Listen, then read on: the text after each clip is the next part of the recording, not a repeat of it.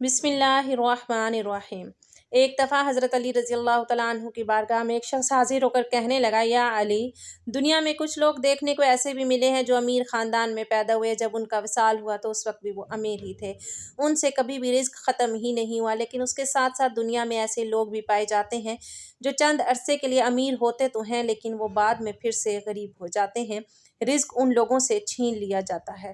اس شخص نے پوچھا، یا علی رضی اللہ تعالیٰ عنہ، وہ کون سے ایسے گناہ ہیں جو رزق میں کمی لاتے ہیں، رزق کو ختم کر دیتے ہیں؟ حضرت علی رضی اللہ تعالیٰ عنہ نے فرمایا، اے شخص، 5 ایسے گناہ ہیں جس کو کرنے سے انسان کا رزق ختم ہو جاتا ہے، اس کے رزق میں آہستہ آہستہ کمی آنا شروع ہو جاتی ہے۔ اس شخص نے پوچھا، یا علی رضی اللہ تعالیٰ عنہ، وہ 5 گناہ کون کون سے ہیں؟ حضرت علی رضی اللہ تعالیٰ عنہ نے فرمایا کہ وہ 5 گناہ یہ ہیں: سود کھانا۔ حضرت محمد صلی اللہ علیہ وآلہ وسلم کے پاس حضرت جبرائیل علیہ السلام اللہ تعالیٰ کا حکم لے کر پیش ہوئے۔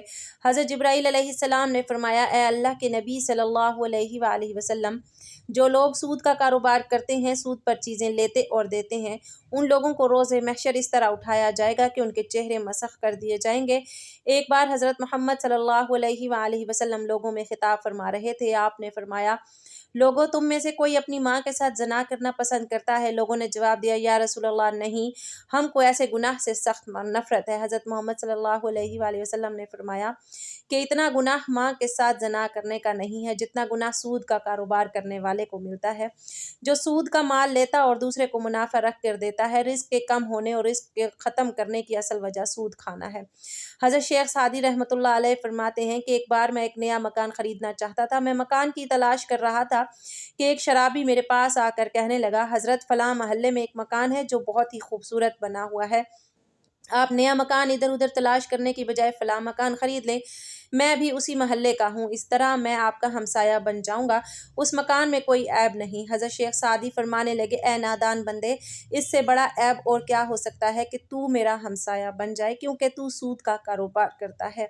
اس سے بڑا عیب اور کیا ہونا ہے؟ یہی تو سب سے عیب ہے کہ وہ مکان لینے سے تو میرا ہمسایہ بن جائے گا، اگر وہ مکان مجھے مفت میں بھی ملے تو میں ایسا مکان کبھی بھی نہیں خریدوں گا۔ حضرت شیخ سعدی نے فرمایا کہ تیرے مرنے کے بعد اس مکان کی قیمت 10 گنا سے بھی زیادہ بڑھ جائے گی۔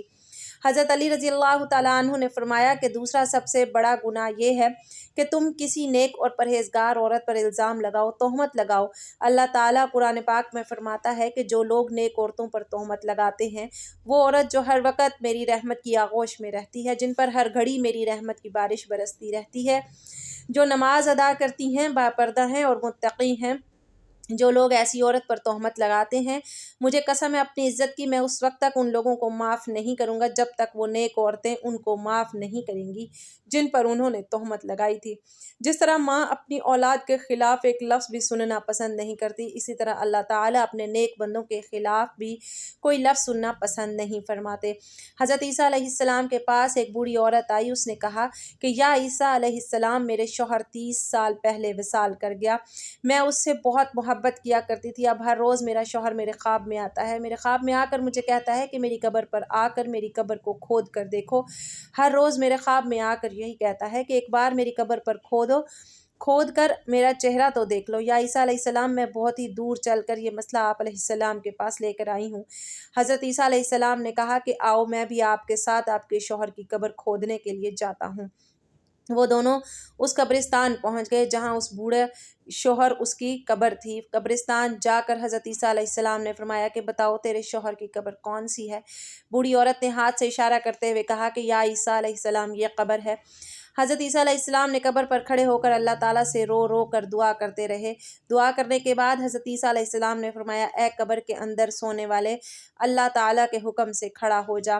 اس قبر سے ایک انسان اٹھ کھڑا ہوا، جس کو دیکھ کر بوڑھے نے زوردار چیخ ماری اور بے ہوش ہو کر وہ بوڑھی عورت گر گئی۔ وہ کھڑے ہونے والے انسان کا جسم تو انسان تھا، پر اس کا چہرہ مسخ کر دیا گیا تھا۔ جب تھوڑی دیر کے بعد اس عورت کو ہوش آیا تو حضرت عیسیٰ علیہ السلام نے اس زندہ ہونے والے انسان سے دریافت کیا کہ تو نے دنیا میں کون سا ایسا گناہ کیا کرتا تھا جس کام کے بدلے تجھ کو اتنی بڑی سزا کا سامنا کرنا پڑ رہا ہے؟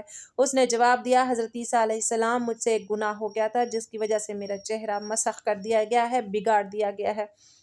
حضرت عیسیٰ علیہ السلام نے پوچھا کہ کون سے گناہ کی وجہ سے تیرا یہ حال ہوا ہے؟ اس قبر سے کھڑے ہونے والے انسان نے کہا کہ میں نیک اور پرہیزگار عورتوں پر تہمت لگا کر ان کا استعمال کیا کرتا تھا، جس کی وجہ سے مجھے سزا بھگتنا پڑ رہی ہے۔ روز محشر بھی میں ان لوگوں کے ساتھ اٹھایا جاؤں گا جن کے چہرے مسخ کر دیے گئے ہیں۔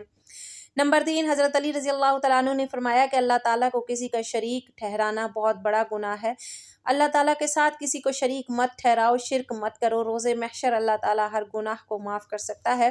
اس کے گناہ چاہے آسمانوں اور زمین میں موجود چیزوں سے بھی زیادہ ہوں۔ اگر اللہ تعالیٰ اس انسان کو چاہے تو معاف کر دے گا، لیکن شرک کرنے والے کو کبھی بھی معاف نہیں کرے گا۔ کافر لوگوں کی کبھی بھی بخشش نہیں ہوگی۔ حضرت علی رضی اللہ تعالیٰ عنہ نے فرمایا کہ چوتھا گناہ کسی پر جادو کرنا ہے، کسی کا جینا حرام کرنے کے لیے، کسی کی خوشیاں چھیننے کے لیے اس پر جادو کرنا کہ اس کے پاس فلاں رزق کیوں ہے، اس کو جادو کے ذریعے ختم کر دیتا ہوں۔ حضرت علی رضی اللہ تعالیٰ عنہ نے فرمایا کہ جادو کرنے والا انسان دائرہ اسلام سے خارج ہو جاتا ہے۔ جب کسی جادوگر کی موت ہوتی ہے تو وہ کافر مرتا ہے۔ جادوگر کی موت کبھی بھی ایمان پر نہیں ہوتی۔ حضرت علی رضی اللہ تعالیٰ عنہ نے فرمایا کہ کسی کو دکھ اور تکلیف دینا سب سے بڑا گناہ ہے۔ کسی کو دکھ دینا، کسی کا جینا حرام کر کے خود خوش ہونا، کسی کو رلا کر خود خوش ہونا سب سے بڑا گناہ ہے۔ حضرت علی رضی اللہ تعالیٰ عنہ نے فرمایا کہ ان 5 بندوں سے اللہ پاک روز قیامت سخت حساب لے گا، اور دنیا میں ان 5 بندوں سے اللہ تعالیٰ رزق چھین لیتا ہے۔